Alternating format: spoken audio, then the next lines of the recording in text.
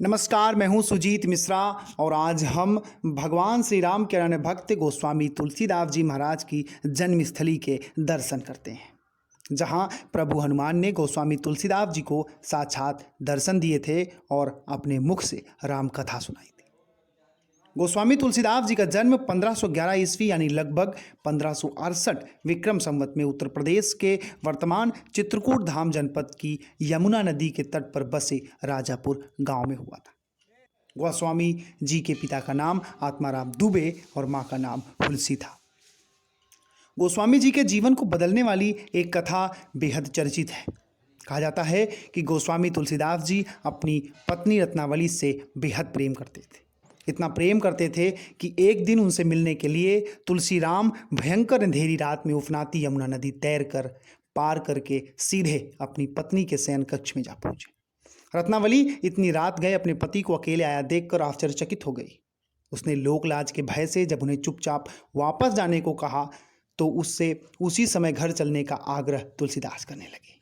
उनकी इस अप्रत्याशित जिद से खींचकर रत्नावली ने एक स्वरचित दोहे के माध्यम से तुलसीदास को जो शिक्षा दी, उसने तुलसी राम को तुलसीदास बना दिया। रत्नावली ने जो दोहा कहा था वह इस प्रकार है। अस्थि चर्म मय देह यह तासो ऐसी प्रीति, नेक जो होती राम से तो काहे भवभीत। यह दोहा सुनते ही तुलसीदास उसी समय पत्नी को वहीं उसके पिता के घर पर छोड़कर वापस अपने गांव राजापुर लौट आए।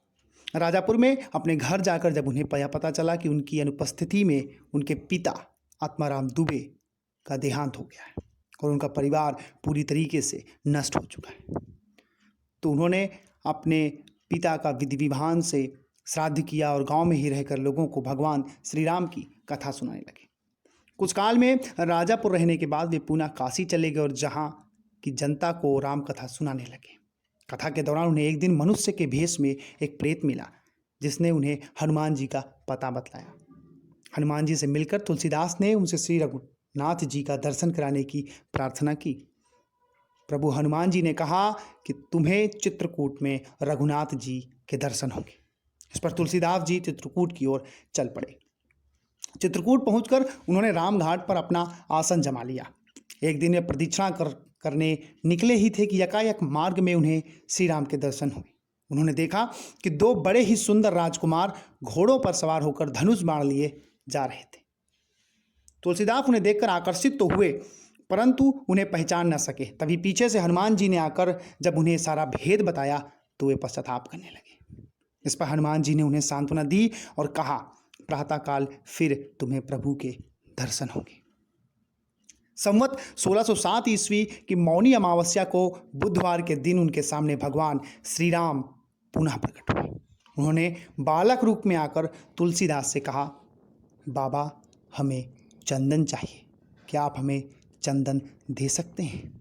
हनुमान जी ने सोचा कि कहीं वे इस बार भी धोखा ना खा जाएं, इसलिए उन्हें तोते का रूप धारण करके एक दोहा कहा कि चित्रकूट के घाट पर भई संतन की भीड़, तुलसीदास चंदन घिसे तिलक देत रघुबीर। तुलसीदास भगवान श्री राम जी की उस अद्भुत छवि को निहार कर अपने शरीर की सुधि बुद्धि भूल गए। अंतोगत्वा भगवान ने स्वयं अपने हाथ से चंदन लेकर अपने तथा तुलसीदास जी के मस्तक पर लगाया और अंतर्ध्यान हो गए। अब हम ये तुलसी घाट है जहाँ गोस्वामी तुलसीदास जी स्नान करते थे और लगभग ये 114 सीढ़ियों की ऊंचाई पर तुलसीदास जी की जन्मस्थली तुलसी जन्म कुटीर तुलसी मंदिर स्थित है। यहाँ भगवान श्री राम, माता जानकी और भ्रातर श्री लक्ष्मण की मनमोहनी सुंदर मूर्तियाँ हैं, जिन्हें देखकर ऐसा प्रतीत होता है जैसे हम साक्षात प्रभु के दर्शन कर रहे हैं। इन मूर्तियों की बाईं ओर ये गोस्वामी तुलसीदास जी की एक अद्भुत मूर्ति है। कहा जाता है कि जब 1680 में गोस्वामी जी ने काशी में अपने प्राण तजे थे, तब उनके शिष्य यहाँ उनके पैतृक गांव उसकी सूचना देने आए थे। तभी गोस्वामी जी ने स्वप्न में अपने शिष्य को बताया कि मैं कब का प्रभु की शरण में जा चुका हूँ, तुम मेरे क्रियाकर्म को चिंतित ना हो, विश्वास कर मैं प्रभु के श्री चरणों में हूँ। और अपने शिष्य को स्वप्न में यमुना नदी में मूर्ति प्राप्त करने को कहा। तब दूसरे दिन उस शिष्य को यमुना नदी में ये मूर्ति मिली। कहा जाता है कि इस मूर्ति के दर्शन से और इसके समक्ष कही बातें सीधे श्री हरि तक गोस्वामी जी पहुंचाते हैं। इस मंदिर प्रांगण में ही यह एक मंदिर स्थल है जहां गोस्वामी तुलसीदास जी के हाथों से रचित रामचरितमानस का बाल्यकांड आज भी दर्शन के लिए उपस्थित है। तमाम लोग इसके दर्शन कर स्वयं को धन्य कर लेते हैं। अब यहीं यमुना नदी के तट पर भगवान हनुमान जी का यह अति प्रसिद्ध मंदिर है, जिसके दर्शन से मानव के तमाम संकट कट जाते हैं। इस मंदिर पर हर वर्ष लाखों की संख्या में लोग दर्शन करते हैं। इस हनुमान मूर्ति के ठीक सामने प्रभु श्री राम जानकी की भी मूर्तियां स्थापित हैं। यहाँ एक परिक्रमा मार्ग भी है।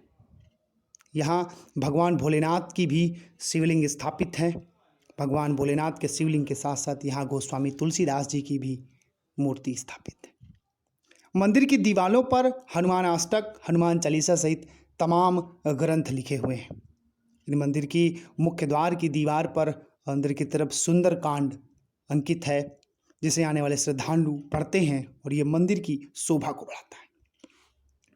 आइए अब बात करते हैं कि हम यहाँ कैसे पहुँच सकते हैं। प्रयागराज इलाहाबाद से इस स्थान की दूरी लगभग 125 किलोमीटर है और यहाँ आने के लिए उत्तर प्रदेश राज्य सड़क परिवहन निगम की बसें संचालित होती हैं। साथ ही प्रयागराज से करवी के लिए सीधे ट्रेन भी है। करवी से राजापुर की दूरी लगभग 30 किलोमीटर। लखनऊ से भी सीधे फतेहपुर के रास्ते यहाँ पहुँचा जा सकता है। यमुना नदी पर बना पुल कौशाम्बी जनपद के महेवा घाट से राजापुर को जोड़ता है। कौशाम्बी से राजापुर के लिए तमाम साधन उपलब्ध है। राजापुर कौशाम्बी और चित्रकूट धाम जनपद के बीचों बीच सबसे पहला एक कस्बा है। ये मंदिरों के निर्माण को